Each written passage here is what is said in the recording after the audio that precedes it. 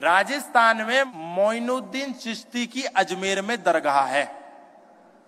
99.9% मोइनुद्दीन चिश्ती की दरगाह पर जाकर के माथा टेक करके अमन और चैन की चादर चढ़ाने वाला यदि कोई है तो वो सनातन धर्मी है। लेकिन कभी भी सनातन धर्मी जानने का प्रयास नहीं करता कि उस मोइनुद्दीन चिश्ती की दरगाह के नीचे जो मुर्दा गड़ा हुआ है मोइनुद्दीन का, आखिर उस मोइनुद्दीन का इतिहास क्या था, आखिर वो मोइनुद्दीन था कौन था।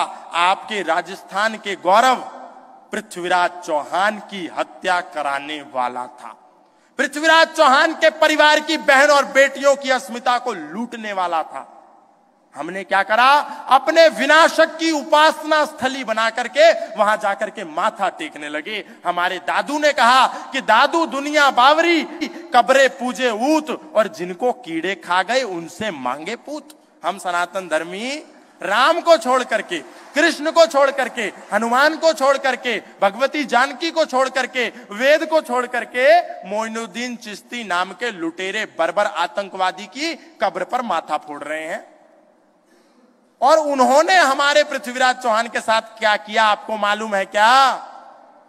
गजनी में ले जा करके पृथ्वीराज चौहान को मारा, उसकी आंखें फोड़ दी, उसको यातनाएं दी, उस पर बर्बरता की, उसके साथ जास्ती करी, उसके शरीर की बोटी बोटी को चिमटे से खींच लिया। और जब पृथ्वीराज चौहान के शरीर में से प्राणांत हो गया, उनका देहावसान हो गया, तो उनके उस मृत शरीर को ले जाकर के एक मस्जिद के बाहर गाड़ दिया।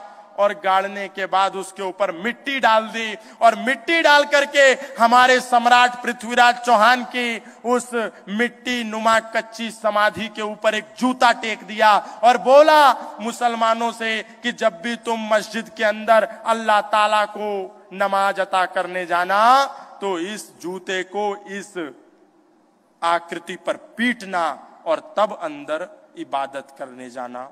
सोचिए हमने अपने पूर्वजों के साथ क्या किया। हमारे पूर्वजों की जिन्होंने हत्या करी, हमारे पूर्वजों के जिन्होंने प्राण लिए, हमारे पूर्वजों के साथ जिन्होंने धोखाधड़ी करी, हमारे पूर्वजों को जिन्होंने मारा, हमारे पूर्वजों को जिन्होंने मृत्यु का ग्रास बनाया, हमारे पूर्वजों के साथ जिन्होंने षड्यंत्र करके उनका धर्मांतरण करने का प्रयास किया, उन पूर्वजों की समाधियों पर वो लोग आज भी जूते मार रहे हैं। और हम उनके मकबरे बना करके, उनकी कब्रें बना करके उस पर माथा टेकते हैं कि ये इस मुल्क में अमन रहे। अरे जो अशांति का जो प्रतिमान हो उससे हम लोग अमन मांग रहे हैं। और दुर्भाग्य देखिए कि पूरा बॉलीवुड वहां जाकर के माथा टेकता है, पूरा राजनीतिक जगत वहां जाकर के माथा टेकता है। इससे बड़ा दुर्भाग्य हमारे लिए भला क्या हो सकता है? हमारे पास राम कम पड़ गए थे क्या? हमारे पास कृष्ण कम पड़ गए थे क्या? हमारे पास भगवत गीता का उपदेश कम हो गया था क्या, जो हमको जाकर के उनकी कब्रों में माथा फोड़ना पड़ा? और एक कब्र नहीं, अनेक कब्र, जगह जगह कब्र। आज जब मैं बेंगलोर की सड़कों पर घूम रहा था तो सड़कों पर कब्र बनी हुई है। बताइए, जगह जगह चर्च बनी हुई है, जगह जगह गिरजाघर बने हुए हैं, जगह जगह बाइबल स्टडी सेंटर बने हुए हैं और एक भी गुरुकुल नहीं बना हुआ। सोच करके देखिए